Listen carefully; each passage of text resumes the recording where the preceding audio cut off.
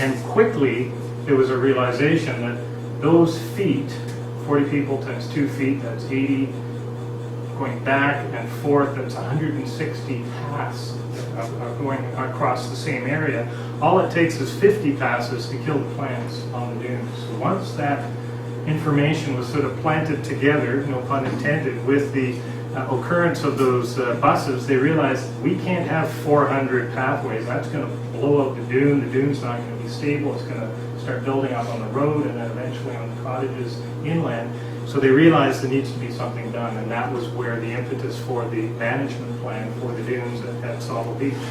Is it 100% and everything's perfect? No, there's still work to be done, but that's what started the process, and very much they're on the right road. They have a plan, and they have implementation goals, and they have a municipality who's bought into it. So those are the good news messages. Last example is Huron-Kinloss, which is down near that Point Clark area that I mentioned. Species at risk is what SPAR stands for, and it was the trigger, and it was this little item here, which is referred to as a pitcher's thistle. That's the species at risk, and it's a native plant in the dunes. And it was what brought the coastal center along the shoreline, and very quickly we realized we needed to get, again, an education perspective. We needed to get the cottagers, the municipality, and the government all interested in pitcher's thistle. And quite honestly, the municipality was a little bit reticent, I guess, as to jumping fully on board. They didn't really know what this was going to mean, but once we got them involved and once they realized that this was only providing direction for not only the cottagers and the residents, but also the municipality, and it also provided some funding and provided some exposure and had the community more or less working together, they said, of course, this is a great thing. They got the plan on their website for the Coastal Center to get it on our website, so it shows that they very much had buy-in. And now with that plan in place, they're now starting to look at the next threat, which is something called Phragmites, and you'll see some information on the side if you're interested in that, which is a plant, very tall grass, which happens to be taking over a lot of the shoreline of Lake Huron. And they see that the plan is actually providing them with some assistance as to where they can target their expertise and their resources. So those are 3 examples that I just wanted to show you and wanted to just mention briefly. What's happening to the coast, this is something that I just wanted to pose, that it's very much human activities that are sometimes going beyond the capacity of our coastal ecosystem, and that the foot traffic across the dune is a good example. We are finding habitat loss, which is partly due to that human activity. We are finding things about water quality that are discouraging, but we do need to keep working on that. And certainly a lot of it, as I showed you that photo of the bathymetry or the lake depths, it is all interrelated to coastal processes. Intensification of land use, and I guess agriculture is certainly one of them, but also lakeshore development. The more we interact with the shoreline on a full-time basis, that's obviously having impacts.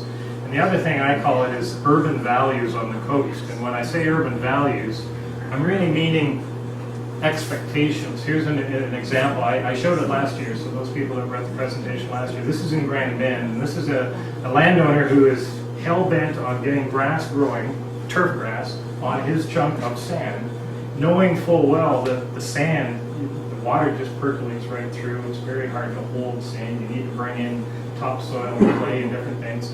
And you need to continue to irrigate it in order to keep the grass green.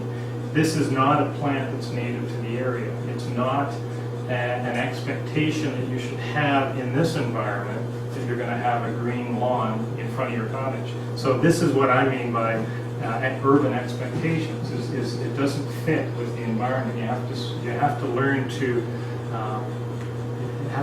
adapt to the environment you live in. Now, it wasn't too long after I took this picture that I went back, and the grass was all brown, looked like it had almost died, and one of the neighbors was out, and I said, well, what's happened? He says, oh, the irrigation system sprung a leak. He wasn't around to fix it.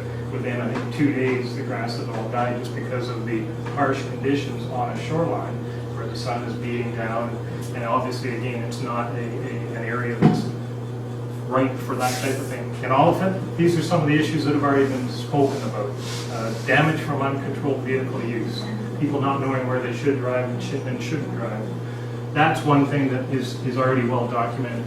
We know we have some endangered species, the piping plover we've already mentioned. We know we've got some rare plants and animals, which is part of our accumulation of inventories and data. And we know that we have some very, very special wetlands, being the fens, that do provide water quality protection. So that's part of the reason why we need to start thinking about a management plan and fitting the pieces of the puzzle together. So in summary, we're using a science-based approach, which, as I mentioned before, is the ABC approach. It is very much an educational thing. We are wanting to make sure that at the end of this process, most of the folks who live and recreate along the shoreline in Oliphant all have a similar understanding of some of the uniquenesses of the Oliphant area. Stewardship will obviously be part of this component. We all are stewards of a certain chunk of property. We say we own it. Well, do we own it? I'm not sure. When we die, we give it off to somebody else. We're stewards of it for a time period.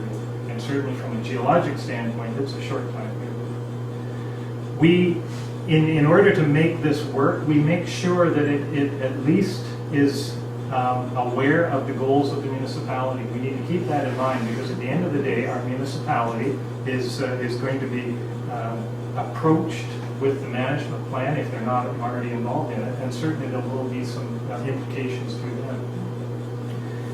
Something that we don't have to worry about in Oliphant, but in other areas, quite often plans are prepared and then you present it to the public. Well, that doesn't work in our mind anyways. The community support has to be built as you go along, and having a group who has hired us, like the Friends of Oliphant, Coastal Environment, you know you've already got that community support already intact, which is great, so that's super.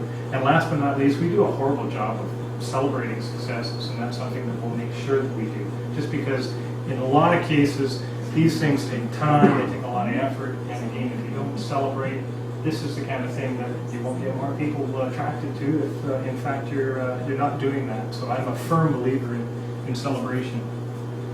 Coastal Center's address is one where a lot of this information is. We do not have a storefront that you can come and knock on the door of the Coastal Center and say, oh, I noticed there's a publication I'd like to buy it. We have a virtual office, and that's what we use our website and email very, very much for. One of the reasons why I was very thrilled to be videotaped was just the fact that we've got an opportunity to get the word out to much more people by using the internet through videotaping and video streaming. So that's something I was very keen to say yes about. So the Lake Huron Coastal Center's website is one that you'll find a lot of information, as you will the Friends of Oliphant Ecosystem website.